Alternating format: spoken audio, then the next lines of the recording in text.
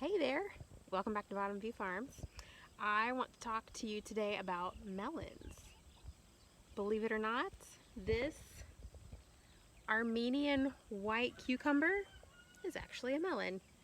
I believe all of the cucumbers are actually in the melon family, so they're all technically melons, but these for sure are.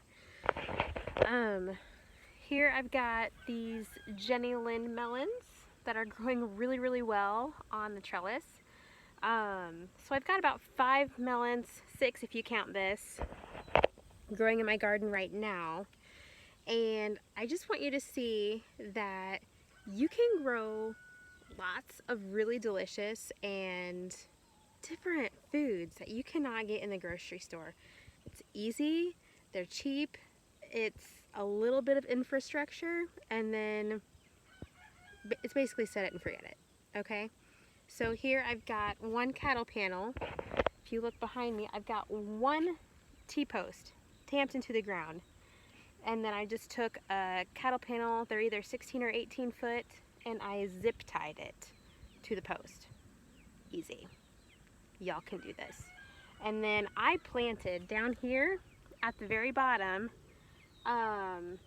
like 6 or 8 seeds just all along the bottom. I just direct sowed it, and then I let them germinate, and I weeded out the weak ones and kept my 2 favorite strong ones. And so there's one plant on this side and one plant on this side. And so this whole side of the trellis is all 2 plants. And so far I have gotten, I would say 8 melons off of this trellis. And over here, where I've got the Armenian white cucumbers, I did the same thing. It's 2 plants, and I have gotten flats and flats of cucumbers. I don't let them all get that big. I'm letting this one get over mature for the purpose of saving seeds. But most of them I harvest at like this size. I should pick it now, but I'm not harvesting right now. I'm talking. But this plant, there's 3 hanging right here. 4. There's 4 there. And then I've got one up here and here. And I had picked like 8 off of the ground. And then there's more creeping onto the bean trellis. Prolific, very prolific. The pole beans are doing really great. And then I've got here in the middle archway, I struggled with this one. I planted bitter melon on this end. Actually, I had 2 seeds that I had gotten in a seed swap, and they didn't germinate. Sad face. So I decided, after I'd given them more than enough time to germinate, I was just going to plant Kajaris over here. And so I've got Kajaris here, and I've got Kajaris over here. And if you remember, I used to have amaranth, the big red amaranth on the outside of this trellis.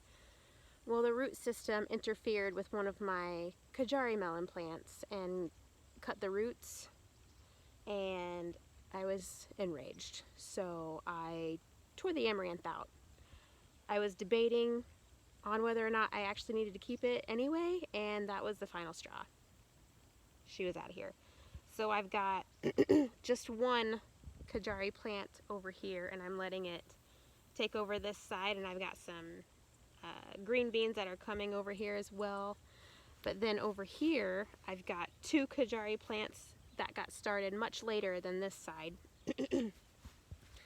And down here, I picked one this morning, and I cannot believe, usually when they turn this color, they're ripe, and they just fall right off the vine, and this one has not yet. I'm just, like, I cannot believe it's not ready. That just blows my mind. Blows my mind. And so I've got another one that's just about ready. I'll probably pick that in the morning. But Kajaris are so good. They are an Indian melon. They're in the cantaloupe family. But they've got kind of a musky flavor. It almost has like a, if you're familiar with like Indian curry, they've got like an Indian spice flavor to them. Not like a hot spicy spice, just like Indian herb spices, you know? It's a very interesting flavor, yet sweet. Super good, really interesting. It's hard for me to even describe what it's like. And then down here on the last trellis, I've got 3 different things growing. Over here I've got 2 Charentais, it's French, a little French table melon, which is also cantaloupe. Here, this one, let's see. Oh, that's ready to pick, actually. I need to get my snips because this thing is tricky. Like, if you let them get even just like a half a day too ripe, it'll burst open and then you'll lose it. It's so sad. So I might come back and try to... The bottom is actually starting to weep, like it wants to split. My fingernails are not tough enough to do that. I'll do that later. But then over here on the other side, I've got 2 different things. I had tried to grow Malabar spinach all over down here, but I only got a couple of seeds to germinate. And so I've got this right here. This is all Malabar spinach, which is not really a true spinach, but it tastes like it, and it grows really well in the heat. And it will, like towards the end of its life, start producing little red berries that I believe you can cook and eat.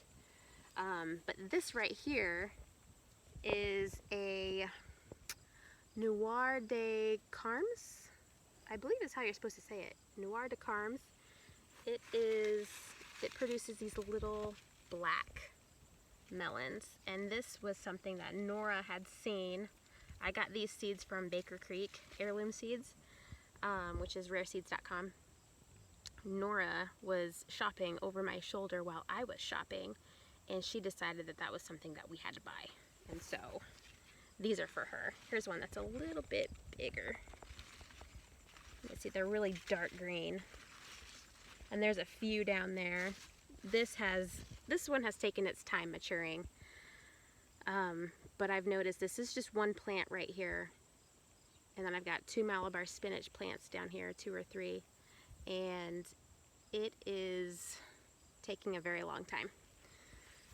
But they're really putting off a lot of fruit now. So those are, I've got one more down here in the jungle half of my garden where it has really gotten very feral. No lies. Okay, but over here I've been doing these little midget watermelons. I've never grown anything like this. Typically, when a melon is ripe, there's this stem. There's a stem connected to the melon, and then at this junction there is a tendril, and this one is latched on to the cattle panel. And when this tendril gets dry is generally when your melon is ripe. So there are quite a few on this plant, and this big one down here, can you see that? Let's move this leaf for you. This one is getting really close.